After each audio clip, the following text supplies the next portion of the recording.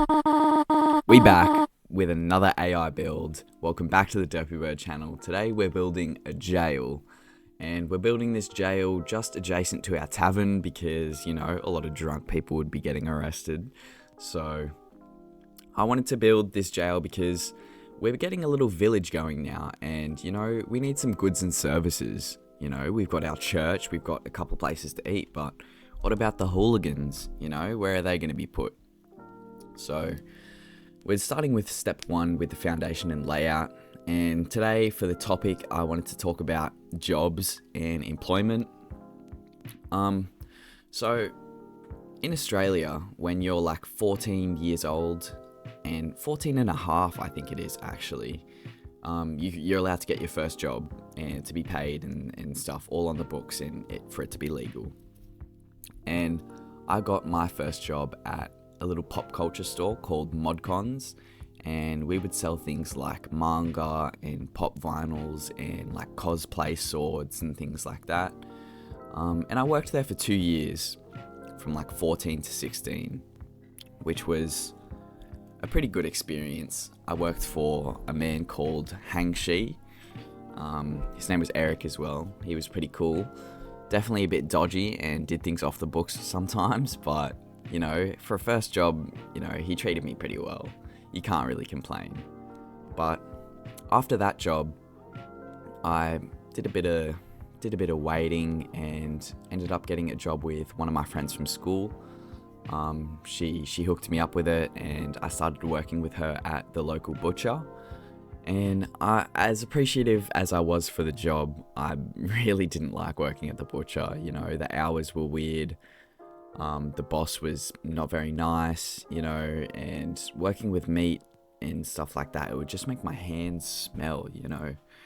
And so I wasn't too fond of working at the butcher. And so that didn't go for too long though, because that store actually ended up getting shut down because the butcher was in a shopping centre and the shopping centre was increasing rent prices and stuff like that. So the butcher ended up having to close down. It was called Sutcliffe Meats. So that was really unfortunate. But after the butcher, I didn't really know what to do. So I was also in university at the time, and this is when I was starting university. So the Christmas just before I had started, I had got this job at the local supermarket. For Australians, you would know it as Coles, but it was just like a regular supermarket. And I worked there for about 2 and a bit years, and moving on to the entrance and front desk now. And that was probably my least favorite job out of the three, you know. I was working in the dairy department, so we would do like the freezer aisle and the cheese and the milk and stuff like that. And for those of you who don't know, there's a real big problem with supermarkets in Australia where they have like a monopoly on the prices, and they're also just like sellouts and really stingy. So they would put like 3 people to do like a 5-man job, and 2 of the 3 people would be like older women, you know. So it's just like completely unbelievable that they think that you can get those things done in that amount of time. And they would put you on for like 3 hours early in the morning, get you in the freezer and get you to do so much work with such little time, you know. And I'm not allergic to hard work, you know. Like, I could get it done, but the lack of appreciation that was there in that workplace was definitely bad for me and my mental health, you know. And my boss was just really mean. And Craig, if you're watching this is his name, Craig, by the way. He's about 5'3", really ugly, divorced, has small man syndrome, you know. He was just like a shit dude, you know, and he would be on my back all the time about things, even though I would do way more work than he did. And I hope you watch this, because I really hate you. And if I ever saw you in public and you tried to talk to me, I think I would cuss you out. So, moving on to the cell walls. And that's why I'm also building this jail, because this little man would be on my back about shit when he would just be flirting with some middle-aged mum in the cool room, you know? And it's just like the lack of appreciation for what's more than expected of me, you know? And I would get my job done and do things like that, but they were just quite rude, and that environment alone was like pretty toxic, not just because of my 5'3" small man manager.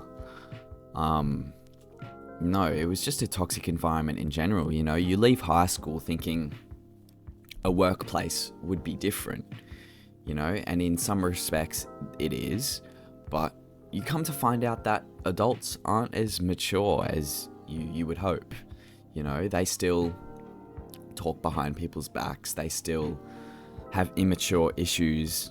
Moving on to the roof now, they still have immature issues and problems that they're dealing with themselves, you know, and I guess you can't really fault them for that, but in an environment like that, I had to leave because it was too toxic for me, I would say.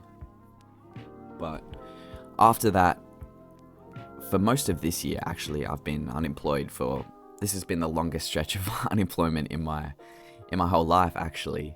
And I've got like student benefits, so I'm not completely making no money. But it's definitely been hard trying to find a job, because I'm at a weird age where I'm educated and I'm old enough to be paid quite a bit.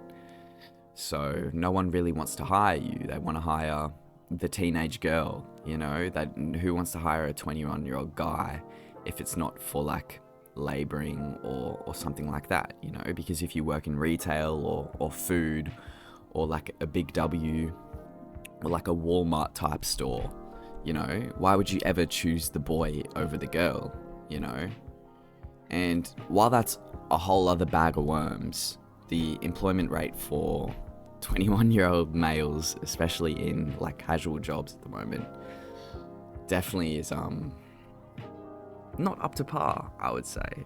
So I've been struggling to find my new path, but I've been hunkering down with YouTube, and now that I'm on summer break and not doing uni anymore, I think that I'm gonna, you know, reevaluate my opportunities and really see what I can get going here, because as much as I love just doing YouTube, you know, I do feel like I need to start making money moves, you know, and YouTube ain't making money moves yet.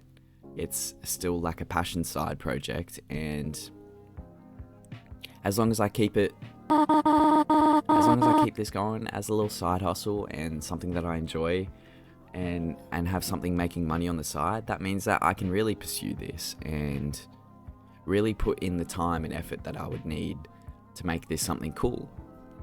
So that's basically where my head's at with all my employment. I really want to continue doing YouTube, but in the foreseeable future and in this economy, I don't think that doing just this as of right now is any viable option.